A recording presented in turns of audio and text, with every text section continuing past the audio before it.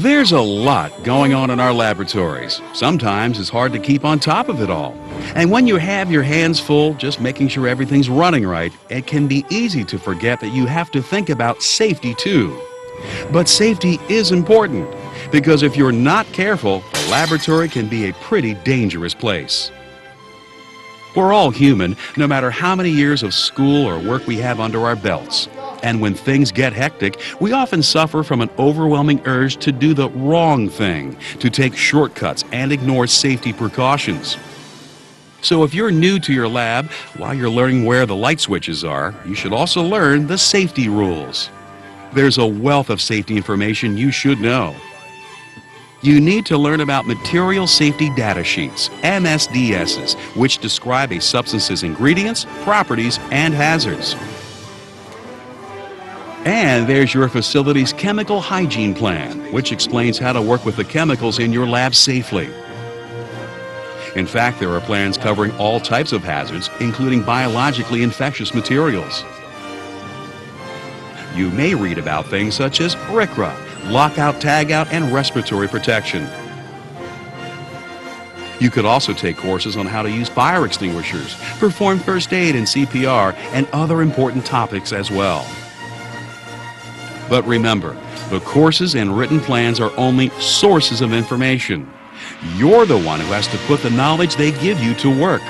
The ultimate responsibility to be safe lies with you.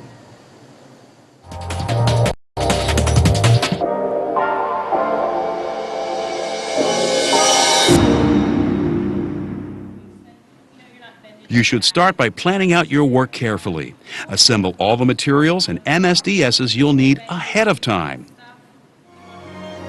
Remember your personal protective equipment. You'll often hear it referred to as PPE. Select it based on the chemicals and procedures you'll be using.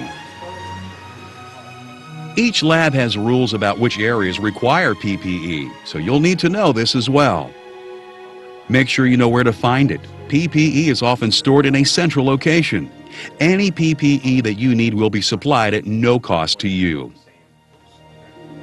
There are many types of PPE. Eyewear, ranging from safety glasses to face shields, is particularly important. Be sure to wear the type or combination that's right for the job you're doing. And remember, regular street glasses are not acceptable. Lab coats are also personal protective equipment. They help shield you from accidental splashes. Wearing the proper gloves is important as well. Choose them according to the hazards associated with the materials and equipment you're using. Check with your supervisor as to whether you'll need to use a respirator.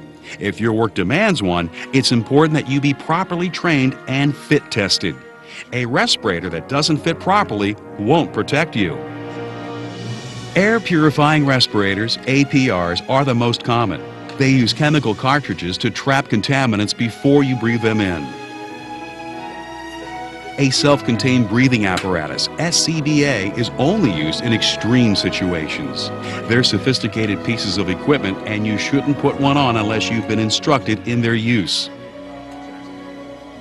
Wear sensible shoes in the lab. No open toes. Closed leather shoes keep spilled chemicals off your feet. Many labs require safety shoes with special soles and protective toe plates. Check all personal protective equipment before using it. If PPE is cracked or worn, it won't be effective, so get it repaired or discard it. Remember to remove your lab coat and other PPE before leaving the lab area. And wash your hands. You don't want to take contamination with you.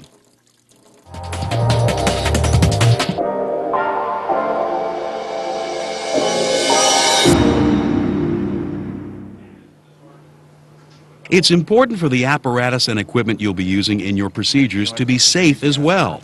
Check each piece before setting it up. Everything should be clean and in proper working order. Glassware that is chipped or cracked must be replaced. Any amount of pressure could shatter it. If your work requires specialized equipment or containers, use them. Makeshift substitutes can be dangerous. Work to keep your lab clean and clutter-free. Report and correct any unsafe conditions. Misplaced equipment or furniture can cause trips and falls. Move it to a more suitable area.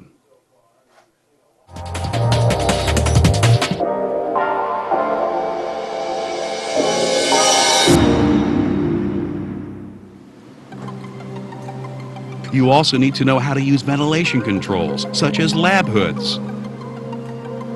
When it's working correctly, the airflow within an exhaust hood effectively confines and removes released vapors. An invisible curtain of air blows across the opening and keeps vapors from escaping under the sash. But you still need to keep the sash as low as possible. Never interfere with the airflow in a hood. This will reduce its effectiveness and could allow contaminated air to make it into your breathing zone. There are many types of lab hoods, so make sure you're using the right one for the process you're running. For instance, biological safety cabinets confine any potentially infectious aerosols, but might not be appropriate for industrial chemicals. Be sure to test any hood you'll be using to make certain it's operating the way it should. And remember to work at least 6 inches inside the hood.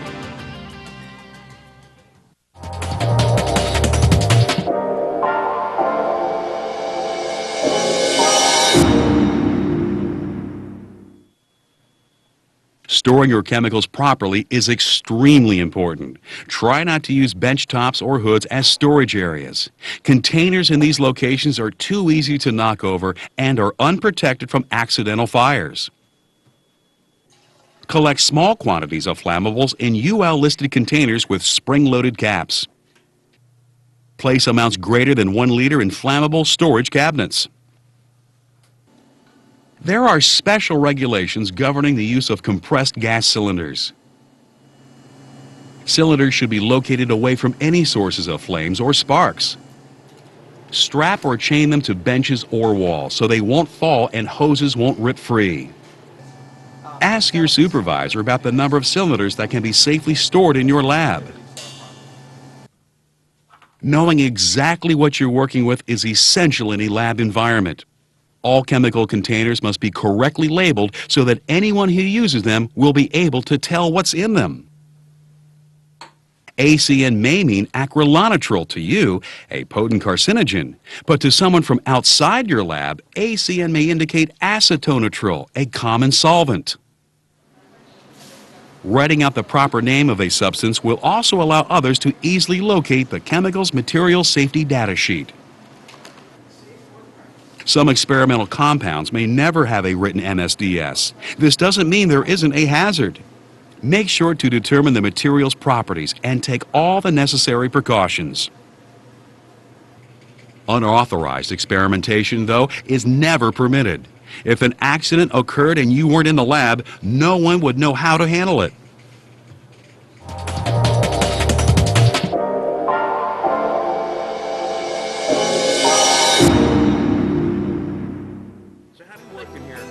What to do with chemical and infectious waste is another thing you need to know about.